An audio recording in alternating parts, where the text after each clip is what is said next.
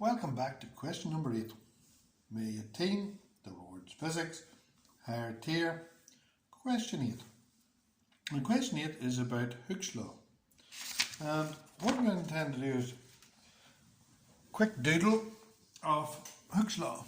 So, force is proportional to extension. That's the key to the whole thing. It was suggested by a man called Robert Hooke.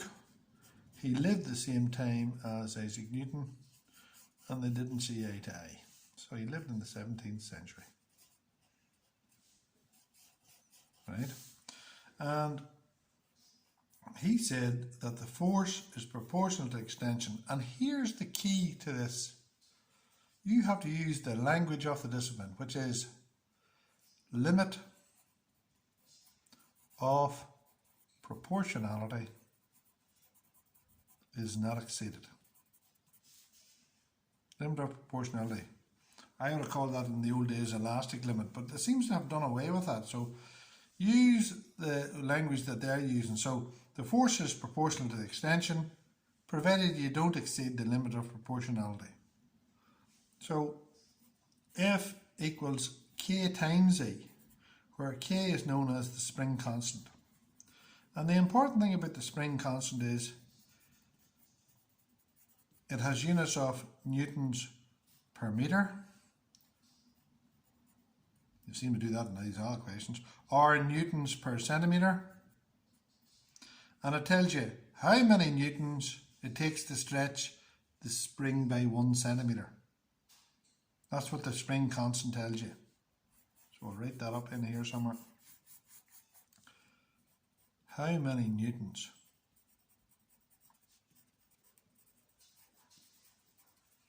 to stretch spring by 1 unit. Now I'm going to leave it as 1 unit because it could be 1 metre or it could be 1 centimetre. Also remember that some springs can be squashed. They don't all have to be stretched, they can't be squashed. So go on to the next thing and let's have a look at this graph and where this graph comes from. F equals K times E. And we're going to compare this to the straight line graph. Y equals mx plus c. And if you read the examiner's reports and you read mark schemes, which you should do, this tells you, this is a term that I'm using now, is known as mapping. See the way you loop them up. So if I have a graph, let me just check my screen here. Lucky I did. If I have a graph of force on the y-axis and it's measured in newtons, see the way that's a habit.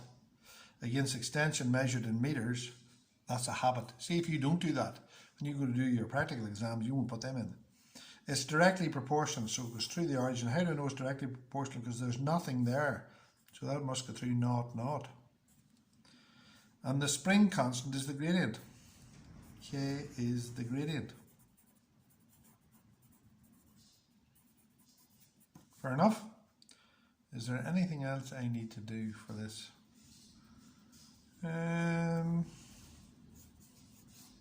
Not really.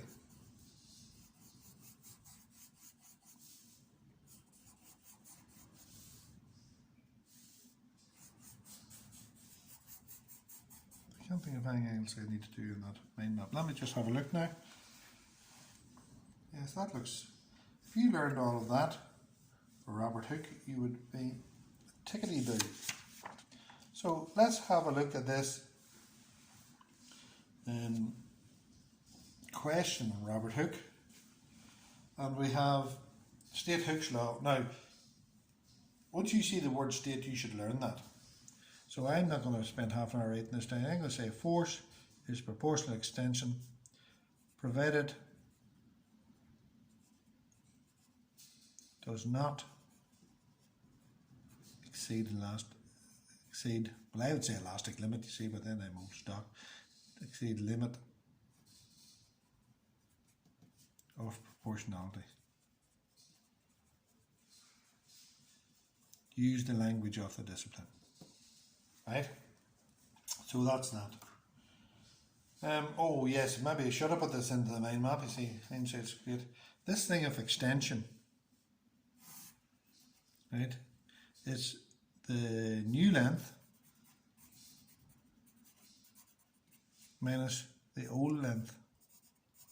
And be careful about that, because Mr. Examiner is snaky in that he will load the question that you mightn't just get that. You might put down the extension wrong. So a force is applied to a spring. So it tells you the length with no force. So that's the unstretched length there. And then I put 0.5 newtons on it. And it goes to 4.7 centimetres. So the extension, that extension, well, it's not really, well, the extension is equal to 4.7, take away 2.2, which is 2.5. But you know what I'm going to do? I'm going to do that in the calculator. Why? 4.7, take away 2.2, 2.5, just to check it. Just to check it.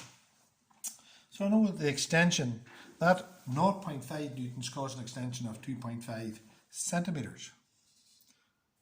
Right? Because that's the original length and that was a new length. Use the information given to calculate the spring constant K. F equals K times X or E. It doesn't make any difference. What's the force? 0.5 is equal to K times the 2.5. So 0.5 divided by 2.5 is equal to K. So 0.5 divided by 2.5 equals 0.2. 0.2 now newtons per centimetre is equal to K. Newtons per centimetre. Do you see my 5 marks down here? There's no unit. So that's going to be 1 unit. And look, how do I get that unit of K? Well, that's measured in newtons and that's measured in centimetres. So K must have units of newtons per centimetre. Newtons, just check on the screen here. Oh, I'll go over that again. Newtons per centimetre. F equals Kx. That gives you 0.2. The units, newtons, that's 0.5, newtons over centimetres. Newtons per centimetre. Newtons per centimetre. Same thing. So 0.2 newtons per centimetre. So I know to stretch this spring by 1 centimetre takes 0.2 newtons. That is the spring constant. 0.2 newtons per centimetre means it takes 0.2 newtons to stretch this spring by 1 centimetre. That is the spring constant. Now, it says a graph of force against extension for these different springs are shown below. Insert the letter of the line in the spring constant. Now, let's have a look. Go back to my mind map.